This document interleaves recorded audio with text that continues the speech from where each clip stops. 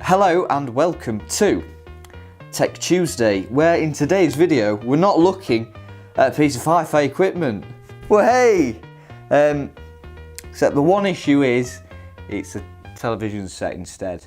It's sort of hi-fi. In today's video we're going to be looking at the relatively new, top-of-the-range Sony Bravia AF8. This is the 55-inch model, so they do two sizes. They do the 55-inch and the 60-inch. This is the 55, which is the smaller one, because if we got the bigger one it wouldn't fit in the house. So let's jump straight into the features of this TV. As you can see, the blacks are very black, although you won't be able to see the quality of the blacks on your monitor at home because obviously it's coming through my camera and your TV might not have an OLED display, much like this one. So this, as you can see, is this is the award-winning, well no, I don't think it's award-winning yet, but highly rated TV series on Sky Atlantic, Chernobyl, which is just black at the minute. Oh, there we are. So as you can see, the blacks are very black because it's OLED, and that means that each individual pixel is individually lit. Now, it also does HDR. Now, I haven't been able to look at this because as of yet, SkyQ doesn't support HDR, but it does HDR10. I could get my Xbox One X down and try it out, but I haven't yet.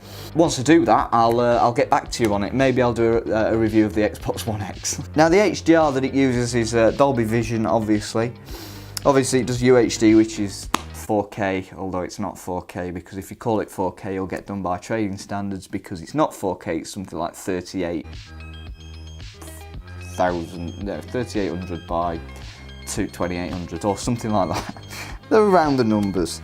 Anyway, so the processor this has got in it is the X1 Extreme, which is the lower down the range one than the AF9, which has got the X1 Ultimate processor in it, but I'm not sure that there's too much difference between them. And to be honest, the picture quality on this and the processing is pretty good. Obviously, when you're sat close, it doesn't look as good, but it looks pretty good from afar. You've got very little distortion actually on the image. Also, it's got the fluid motion, which means that when you're watching a football game, the ball and things move a lot smoother, which is nice. It's a lot better than the old TV, which was the LG. Honestly, the balls used to it's awful, terrible. It used to look like it was bounding across the screen like that. It was never very good. Now, it is a smart TV. Which I'll get onto in a minute. My issues with smart televisions, I don't like them, but we'll get onto that. But here's where this television set is completely different to anything else on the market, and it's the sound quality. It sounds brilliant, honestly brilliant. I don't know a TV that sounds this good. Obviously you won't be able to hear it very well, because one, there isn't that much noise, and two, you're listening to it through my little microphone, so that means it won't be very good. But why is the sound quality so good, and why is it able to sit so close to the floor? Well, I'll tell you why. Because it has what is called an acoustic surface. Now, when I heard of this, I thought, this is ridiculous. But basically, what it does is it has small inducers here. I'll just put the sound back on. And you can feel the screen vibrating. The screen is the loudspeaker. Now you may be thinking, well, that's a bit ridiculous. You'll get shake on the screen, but you don't see it because obviously the vibrations are so fine. And it works wonderfully well.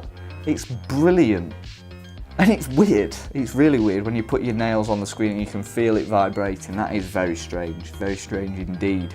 So on its own, the sound quality, it wouldn't really work without the subwoofers on the back, which bounce the bass off of the wall, which means that if you're British, right, and I don't know why British people do this, but most British people have their television in the corner of the room. Stop doing that because it's stupid. I understand why people did it. It's because the big TVs box. It fits into a corner. It wouldn't fit where we have got it today. And to be honest, in most British houses, there's a fireplace here. We've removed ours because it was a bit pants. And we didn't really need it. So now we've got a TV here. But that's besides the point. It has subwoofers in the back, which obviously bounce it off the wall. So it sounds good. I mean, it's not as good as this hi-fi system with the 5.1 and that, but it still sounds pretty amazing in comparison to your standard flat screen TV, because flat screen TVs never have good sound because obviously there's no room for the speakers. The speakers take up depth, which is another point of this TV. The design is so sleek. It's so good. It's so, honestly, it's so thin you feel like you could cut yourself on it, literally. Which was a bit of an issue when we were trying to get it here, because we've got to, you have to lay it, well not lay it, but stand it vertically to transport it. Now, we have a Vauxhall Insignia, which, if I'm honest, the headroom in it leaves a little bit to be desired, so to sort of transport it sort of diagonal. And the reason why that is, if you go over a speed hump with this in the back, it's just going to snap. Honestly, it's so thin. I mean, obviously when it gets a bit further down, it fills out a bit where the computers and the subwoofers are, but the actual display size is tiny, tiny. And also, in terms of the design, it fits right to the floor, right to the bench that we've got it on. So you can't see any of the wires behind. Now, I don't know why more TVs don't do this, because at the end of the day, no one really wants a stand. No one wants to stand on their TV. They want to just not be able to see any of the cables, because at the end of the day, they look messy, it ruins your living room. With this, they're all under here, and you literally can't see a thing. Now, there's another design feature that I do like a lot on this TV, which is the little activity light that's down here. Every time you press something on the remote, which I'll get into in a minute, it lights up. So it just shows you that you've pressed a button. Another thing that I like, and I'll try and get a decent shot of this, is when you turn it off, it makes a dinging noise. Now that's a good point, because due to it being a OLED display, you can't actually tell if it's turned off or not, or if it's just a blank screen. Because you may have turned the skybox off, so that's black now, isn't it? You don't see anything. So how do you know it's turned off? Well, you know it's turned off because, one, the activity light's not there, and also, when you turn it off, it makes a dinging noise. Like that. Which is very clever, and I like it. Although, to be honest, I don't know why they don't just blue screen it, you know, every time you turn something off. So if I turn the skybox off, it'd be a lot better if it just blue screened, and then you'd know that it was turned off. I'll just mute that again. Now, in terms of the remote control, cue the close-up B-roll, it's a bit boring, to be honest. It's obviously got all the buttons that it needs, you know. Although, to be honest, we don't use this because obviously we've got this Sky remote. It's nice because it's got a shortcut to Netflix, which is the app on the TV, not the app on the Skybox. So that works quite well. Obviously, I can press Netflix and it'll go to it. And I'll just go off that, back to TV. There we are. That's another point. It's quite easy to just press TV and it takes you back. Although, to be honest, it's a smart TV, it runs Android, but there's not much point in a smart TV, I don't think, anymore. Most set-top boxes, aerial boxes, they all have smart features like Xbox and things. So it's all a bit unneeded, I think, now. I mean, unless you literally are watching a TV on bare bones, but if you're buying a TV that's this expensive, you're not going to not have Sky Q or Virgin, so I don't quite understand the point in adding smart TV features anymore. And I've just realised I'm advertising alcohol. I do apologise. Don't drink because it's bad for you. Please drink responsibly.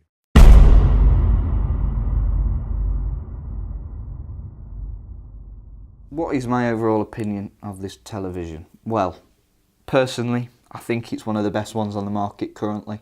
I've spent a lot of time in Curry's and Dixon's looking at TVs, thinking which ones are the best, and I'll be honest, this one, by far, my favourite for the price. I think the last time I checked it was about 1,200 quid.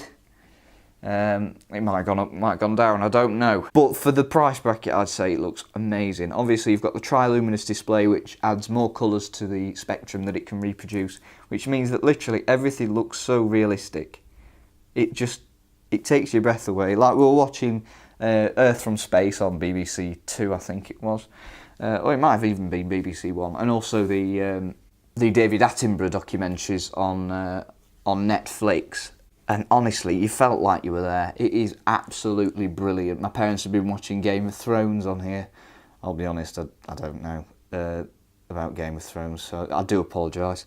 I haven't watched it. But they've said it's absolutely brilliant. One episode where it was very dark, it worked because obviously it got high dynamic range and an OLED, so you could...